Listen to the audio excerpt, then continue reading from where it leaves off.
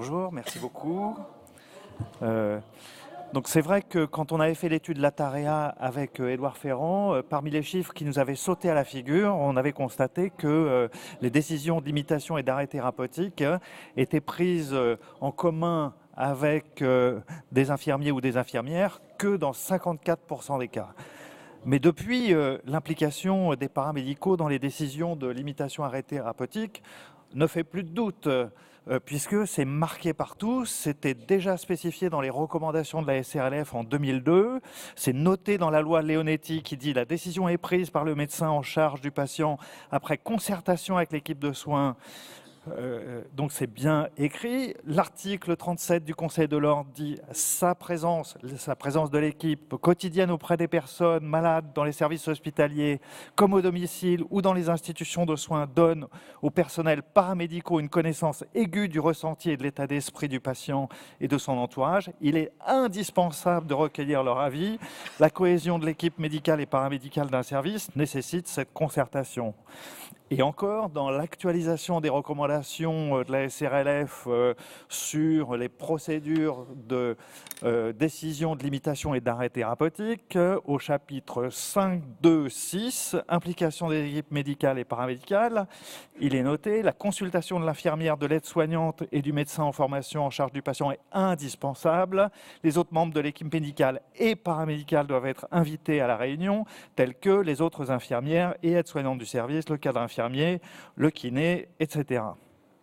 Et puis, si on regarde ce qu'il y a dans les recommandations internationales, donc dans cette mise au point récente qui fait le point sur des recommandations dans la revue européenne, dans une des revues européennes de réanimation, nous recommandons que les médecins et les infirmiers et infirmières communiquent de façon très claire à propos du niveau de confort des patients et ils doivent tous les deux participer aux soins palliatif, on pourrait discuter ce terme. Donc du coup, je me suis dit, c'est pas la peine que je donne 5 recommandations ou 5 raisons de le faire, c'est marqué partout et il suffit d'appliquer ce qui est marqué partout. Mais évidemment, c'est pas si simple et puis finalement, ce qui est intéressant, c'est de comprendre les mécanismes là aussi. Alors pourquoi est-ce que c'est si important?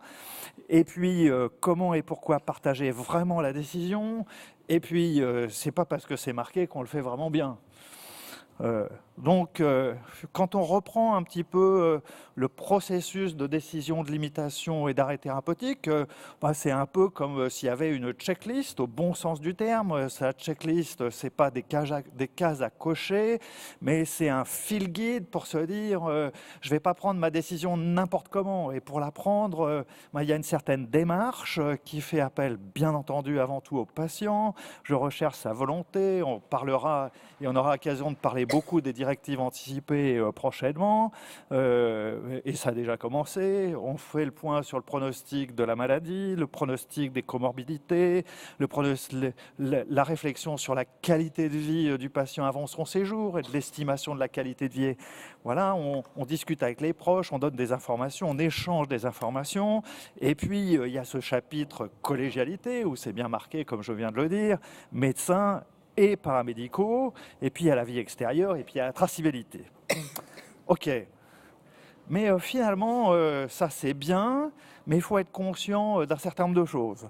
D'abord, l'information qui est au centre de notre débat, et donc cette information, ce schéma, même s'il est volontairement compliqué, il est évident, quoi. C'est la communication entre médecins et patients, médecins et proches, médecins et paramédicaux, elle est bilatérale, et puis les informations qui vont de l'un à l'autre ne sont pas les mêmes, et donc clairement, il y a une nécessité de complémentarité de l'information, et vous qui travaillez sur le terrain, et nous qui travaillons sur le terrain, c'est bien notre perception au quotidien.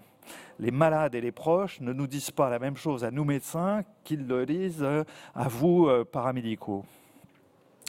Et puis, il y a quelque chose dont il faut bien être conscient, c'est que c'est bien joli ce fil guide, mais il faut être conscient de la complexité des situations. C'est-à-dire, il faut en être conscient, et ça veut dire qu'il faut les assumer. Alors, il faut toujours suivre ce fil guide en acceptant le fait que c'est pas si simple. Parce qu'on dit la volonté du patient, mais est-ce qu'on connaît sa volonté réelle? Comment est-ce qu'on lui a demandé? Est-ce que quand on lui donne l'information, et quand on donne l'information, on est un peu subjectif dans notre façon de donner de l'information, et donc c'est compliqué de savoir réellement la volonté du patient. Et puis, finalement, on pourrait réfléchir à ça. Quelle est la volonté réelle de nos équipes, de nous-mêmes, médecins peut-être plus particulièrement, mais également vous aussi, de respecter la volonté du patient. Est-ce qu'un patient qui a dit surtout j'en veux pas, mais si on est convaincu qu'on peut le tirer d'affaire, on va avoir du mal à accepter aussi facilement de respecter ses volontés. Et puis l'exemple peut être tout à fait en miroir. Donc, ok, la volonté du patient, il faut bien réfléchir aussi à tout ça. Et puis, est-ce qu'on est si bon que ça pour connaître le pronostic des maladies? Alors, on a un certain nombre d'indices, mais si on va dans le détail, ben, ce n'est pas toujours très facile de connaître le pronostic ou d'être précis sur l'évaluation de ce pronostic. Et puis, est-ce qu'on a beau discuter ou dire qu'on discute entre nous? Est-ce que nous, les médecins, il y a une volonté réelle, alors je suis peut-être un peu provocateur en disant ça, de prendre en compte la vie paramédicale, c'est-à-dire est-ce que le fait de se réunir pour ces discussions et de partager cette collégialité, attention encore une fois que ce ne soit pas la case à cocher. Si on le fait, c'est qu'il faut réellement qu'il y ait un échange, et la question qui va se poser, mais sûrement vous allez intervenir là-dessus, il faut que cet échange soit réel et qu'il y ait un droit à la parole et un droit à dire quelque chose qui est éventuellement opposé à ce que propose l'équipe médicale. Il faut aussi intégrer une notion assez classique qui arrive dans un certain nombre de fois, c'est l'ambivalence des proches. C'est-à-dire qu'un jour, ils ont l'air de dire quelque chose, et puis le lendemain, ils vont dire autre chose. Et puis, il faut bien comprendre et il faut bien avancer avec les proches progressivement et ne pas s'accrocher à une phrase qu'ils auraient lâchée à un moment donné quelconque. Et donc, l'approche des proches est une approche, là aussi, dynamique et qui évolue dans le temps. Et puis, il faut être bien conscient que dans toutes ces affaires-là, il y a des facteurs subjectifs. Certains d'entre eux sont palpables et c'est les plus étudiés. Et notre comportement sur le fait de dire limitation thérapeutique ou pas limitation thérapeutique peut être influencé, ça a été bien montré dans la littérature, par le nombre de lits disponibles. Mais il n'y a pas que ça comme facteur subjectif. Et il y a d'autres facteurs qui ont été assez peu étudiés, qui sont notre état de fatigue, notre charge de travail et un certain nombre d'éléments, les personnalités un peu différentes qu'on peut avoir en face. Une deuxième façon de réfléchir à la question, c'est pourquoi encore cette collégialité est indispensable, c'est de reprendre le problème à l'envers, c'est de se dire pourquoi une décision de limitation ou d'arrêt thérapeutique peut être mal prise ou mal perçue, en ayant l'arrière-pensée, comme je vais le dire tout à l'heure, que ce partage de la décision, c'est un garde-fou pour ne pas faire de bêtises.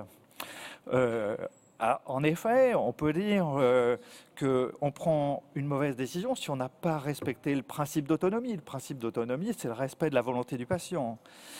Dans notre décision, il faut qu'on soit en accord avec la bienfaisance, c'est-à-dire qu'on va assurer le confort du patient, et le confort du patient doit être un de nos objectifs. La non-malfaisance, ça correspond à la non-obstination déraisonnable, et puis la justice distributive, il faut qu'on fasse à peu près partout la même chose. Ça, c'est les 4 grands piliers de l'éthique classique qu'on retrouve dans la littérature. Et puis, on peut aussi prendre des mauvaises décisions parce qu'on n'a pas justement été bien conscient des facteurs subjectifs qui peuvent polluer notre réflexion ou la rendre encore plus complexe. La discordance exprimée ou non entre médecins et paramédicaux est aussi une source de distorsion. Et puis, un grand classique, c'est la mauvaise transmission de l'information. Alors, les discordances entre la perception des médecins et des infirmières, c'est connu depuis très très longtemps. Les médecins perçoivent moins bien les inconforts de fin de vie que les paramédicaux, et les médecins ont tendance à être plutôt plus satisfaits des soins de confort qui sont apportés aux patients en fin de vie. Et d'ailleurs, ça se retrouve donc dans ces organisations de discussions communes médecins et paramédicaux pour les limitations et les arrêts thérapeutiques. On est tous d'accord sur le principe. Curieusement, ce n'est pas 100%, mais quand même, les chiffres sont assez élevés. Mais quand on va un peu plus en détail, alors c'est vrai que cette étude, elle est assez ancienne, mais je ne suis pas persuadé que si on ne la refaisait pas, on trouverait des résultats très très différents. On dit la réflexion de ces réunions implique réellement les infirmières. Alors les docteurs disent oui, bien sûr, elles sont appliquées, et on est bien d'accord avec ça. Sauf que la perception des infirmiers ou des infirmières qui disent est-ce qu'on a vraiment été impliqué dans cette réflexion, ben c'est à peine, enfin c'est moins de 50%. Les médecins ont vraiment l'impression que cette discussion elle est collégiale dans 50% des cas. Les paramédicaux, ils ont l'impression que la discussion elle est collégiale dans un peu plus de 20% des cas. Le partage de la responsabilité, alors là c'est un peu plus cohérent, on va dire, pour les médecins, et puis c'est marqué dans la loi, c'est à eux de supporter, ils estiment c'est à eux de supporter le poids de la responsabilité. Mais là, du coup, dans cette décision, il y a un pourcentage non négligeable de paramédicaux qui pensent qu'ils portent le poids de la responsabilité de la décision. Donc il y a des grosses discordances. Et puis quand on revient sur des situations de conflit qui peuvent exister dans nos services de réanimation, alors conflit c'est pas toujours le drame, hein, fort heureusement, mais ça veut dire que c'est des distorsions. Et donc il y a cette étude, l'étude Conflicus, qui avait été menée par Élie Azoulay il y a quelques années, à partir de questionnaires largement distribués aux équipes. Et donc les situations de conflit un jour donné sont très fréquentes, 70% il se passe quelque chose. Et puis quand on regarde la nature des conflits, ben, dans un tiers des cas, c'est des conflits entre médecins et paramédicaux, dans 27%, c'est des conflits entre paramédicaux entre eux, et c'est surtout les situations de conflit. Un des terrains propices, c'est justement les situations de fin de vie. Et ici sont listés tout un tas de récriminations qui alimentent cette situation de conflit. On pense que les traitements qui sont maintenus sont des traitements inutiles, que les décisions de limitation ou d'arrêt thérapeutique sont prises trop tardivement, à un moindre degré trop précocement, etc., etc. Et donc, il y a de la distorsion entre la perception du malade en fin de vie et entre médecins et infirmières, et ceci est source de conflits. Quand on reprend toujours dans ces études la perception de l'implication des paramédicaux dans les décisions de fin de vie, eh bien, les paramédicaux trouvent qu'ils sont impliqués dans les décisions de fin de vie dans seulement 40% des cas, et puis ils sont présents à des rencontres avec les familles pour des discussions de fin de vie, rarement ou jamais dans 50% des cas, donc il y a clairement un problème. Donc plus que jamais, il nous faut des garde-fous pour ces décisions de limitation et des arrêts thérapeutiques. Donc la décision ou la réflexion éthique formalisée à partir de ce fil guide que je vous ai rappelé tout à l'heure, on est bien d'accord aussi, mais cela souligne l'importance de cette collégialité qu'on peut appeler plutôt interdisciplinarité, puisqu'on est dans notre milieu de réanimation, et c'est les caractéristiques professionnelles qui changent, mais ce n'est pas des disciplines différentes, ou cette métadisciplinarité comme certains l'appellent. Il y a un autre point qui me paraît important, c'est la nécessité de la formation.